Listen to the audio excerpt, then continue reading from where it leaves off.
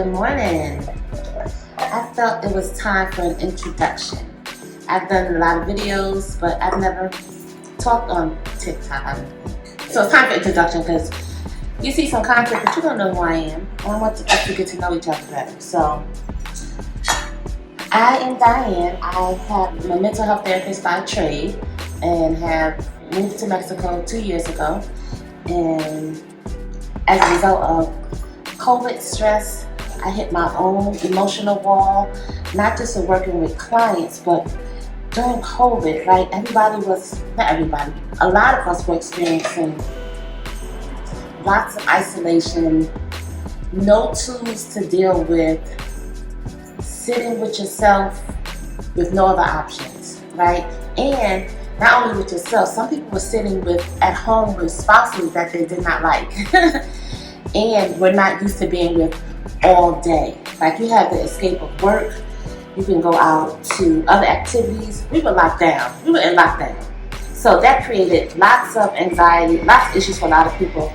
A lot of marriages didn't make it, so on and so forth. Okay, to say that. So up until then, I had my own private practice, seeing my clients. I had a nice caseload that was manageable. But what happened during that time was there were so many people, especially young people, reaching out for therapists for the first time. And I couldn't keep saying no to them, especially the courage it takes to call somebody and say, I need help. I wanted to acknowledge and honor that, and I couldn't keep saying no. So I looked up, and I was working till like 8 at night, at long hours. I remember one day going to the store and coming back, I'm like, oh God, I'm back to work. I'm like, no, I'm pulling up at home. But there was no more separation between home and work.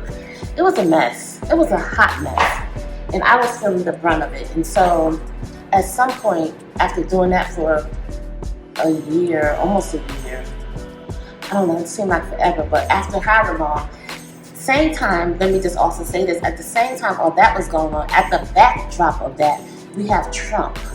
And people that look like us being killed in the street on a reel with no consequences. So there's this anxiety of that. Like the police were sent out like with a special assignment, it seemed like some to just like kill with no remorse, no recourse, nothing. So that was anxiety producing. And plus I have a black son. So it was just all those things going on at once. And I'm holding space for my clients who are also feeling these same things. And it was just a lot. And so I just hit a wall. I was like, I can't. I looked up, was like, this can't be my life. This cannot be my life. And I can't do it anymore. I can't do it. Something has got to give. And so I said, for one, I can't do this work in this place. I can't hold capacity and be in this place while my own anxieties are through the roof. So I was like, I got to get out of this country. I've got to go. I've always wanted to live by the water.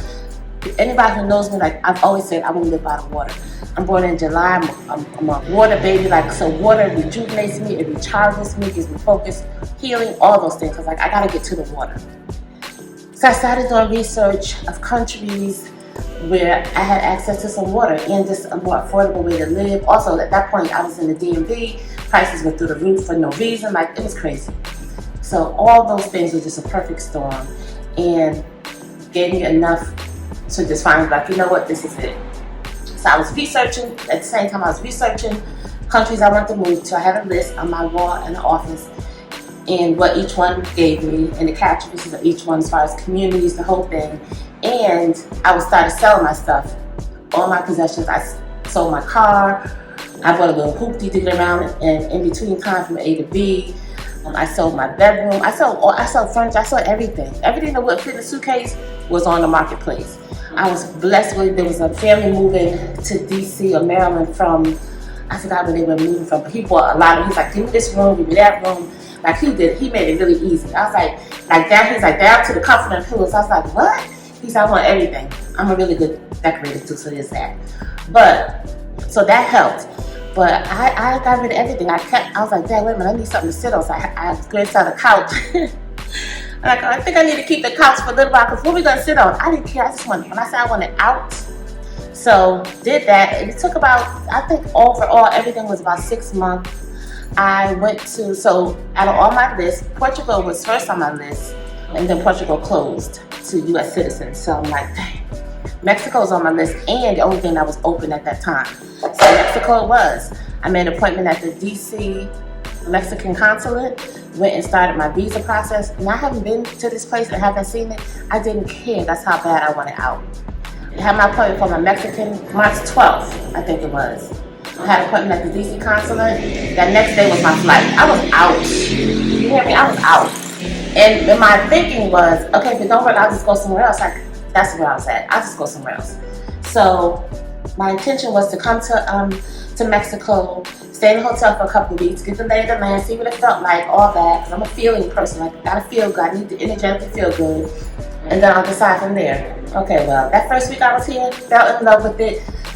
And even in my research, the more I researched about it, the more I loved about it. The more I learned about it, the more I loved it. So when I got here, during that week, hired an attorney to finish my residency process in Merida and found a place. So I don't even have to stay in the hotel for like a week. Found a place, I was good. And I never looked back. The only thing I regret is that I didn't do it sooner. But we need those things sometimes to push us to the next thing. And that was my thing. As a result of that, I can tell you, and I'm going to tell you, the amount of freedom that I have experienced. Finally saying yes to something that was just for me. I'm a Cancer, so our whole thing is to nurture everything. We can nurture an ant. Like, take care of everybody else, put everybody else before me. I am now the matriarch of my family. It's a very small family, but still the matriarch. But still, my always mindset has been to make sure everybody else is good, take everybody else down to. And then I made a whole career out of it. Come on, that's too much. So all those sacrifices, I think that was the first time in my life I finally made a decision that was just for me. Now, anybody's consent, didn't ask anybody. As a matter of fact, I didn't tell anybody. Only people who knew was my immediate people who needed to know for emergency purposes. Other people found out when they woke up and see me months later on YouTube, because people kept asking me, how'd you do that? What you do? So I said, let me do YouTube. Hate doing videos. Want to do YouTube just so I can answer that once what I did. Because people didn't even know. That's like, you did what? Because I didn't need that. Oh my God, you're going to get killed. The cartel, the mafia. Yeah, okay. But where's it safe? But tell me where it's safe. So anyway, so that was the other thing. I didn't tell anybody because I didn't need everybody's energy of saying don't do it. And projecting their fears on me because you haven't left and don't have a passport or moving to another country. So I didn't need any of that, and I've never needed that. Very good validation do I need, and I'm grateful for that. So I did that, moved 2 years, but I have never been happier. I have never been happier. Came and got my whole life together. I got my whole life together. I can go to the beach when I want to. I live about 20-30 minutes from the beach. I joined the beach club so I can go to a nicer beach. And it's just a lot. I have to tell you more about that. But my mission now is I don't do the therapy the way I used to. I don't do individuals anymore. I'm not going back to that like that ever. That was too draining and too consuming. I'm going to save that for the young people getting out of school, come and start their therapy practice. Let them do that. I put my time in for that, 20-something years doing that. Although I wasn't 20 years doing it 100% practice, I had a part-time practice. I did it probably a few years, 100%. That's all I did. My mission is to you who have always made decisions for other people or had to consider other people's in your decision and never got around to you. Like just for you. Like a decision just for you. Do you even remember what brings you joy? Do you even remember what things you used to like to do that were just for you, that made you happy? Like it gets pushed so far down on top of all the other responsibilities and roles that we either get pushed into or we assume and nobody asks us to do. It gets passed down generationally also, which is a thing. So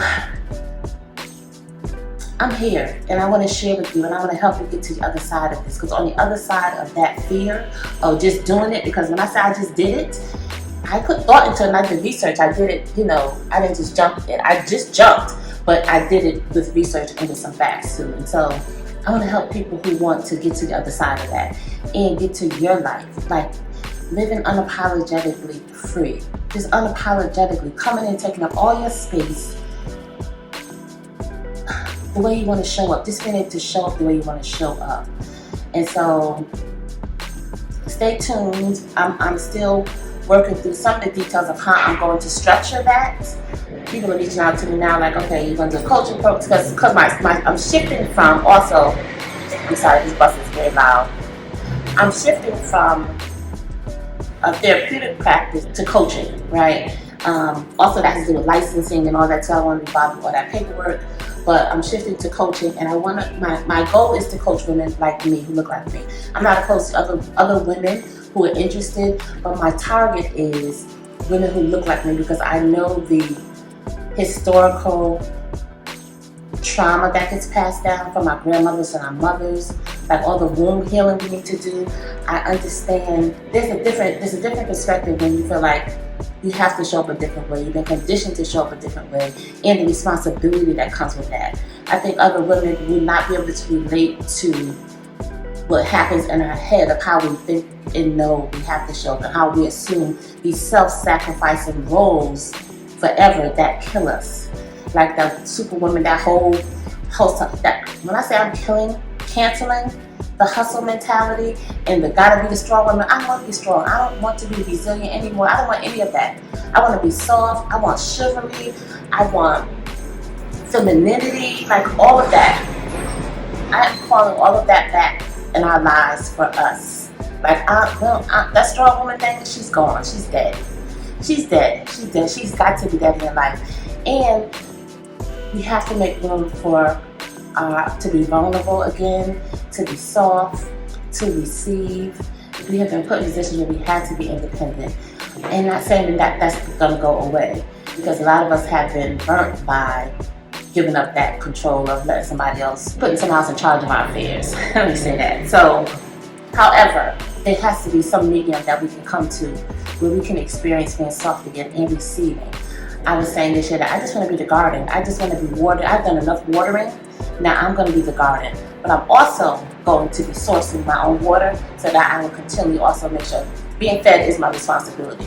But if somebody can come and add some water to grow some other kind of flowers, I'm open to that in a way that I have never been open before. So there's that. So I just want to introduce myself while I'm making my infused water. I'm going to do some cucumber. I have some lemon. One thing I don't have, which I'd like to add to, is mint.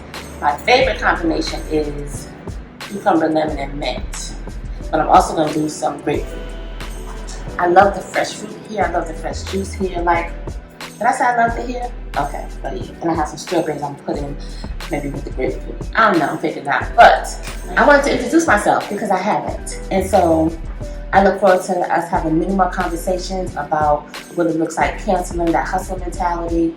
My slogan is from hustle to wholeness. Like, I'm going from hustle to wholeness and what it looks like on the other side of that. So I hope that you will join me in some conversations around that. I haven't gone live yet, but thanks to the Black Girl Follower Train, now I can. I wasn't even into the numbers. I didn't want to do YouTube. Like, I resisted all of that. But this is how now we communicate through these platforms. So I want to show up to the party and get on the train. So here I am. A friend of mine was saying yesterday that we need to have some conversations with white women about those who are woke and who want to be a part of our experience in a different way. I'm like, first, before we get to that conversation, can we just bask in this unity and sister love that we're experiencing now? Because we have so been taught to not like each other, that we can't get along with other women, that blah, blah, blah, all that rhetoric to keep us separate. I want to just bask in our own party first before we invite others to the party and the train. And let's solidify this first. Let's solidify us first. Let's solidify our love. Let's fall in love with each other first before we start inviting in spectators. People who may have like minds and open hearts to the conversation, that's great. But right now, can we just have our own thing, please? Can we just ride this out for as long? I hope it doesn't end, because we have so needed this movement to happen. Yes, that was a lot. But I want to introduce myself, and I look forward to meeting you on a more intimate level and hearing your stories, sharing your stories, holding space for you, holding space for your healing, and holding space for our capacity to be soft and to live a soft life. That's what we're doing. Can we agree to that in 2023? Yes, like starting now, we'll start today. All right, so I'll talk to you later, and I hope your day is going good.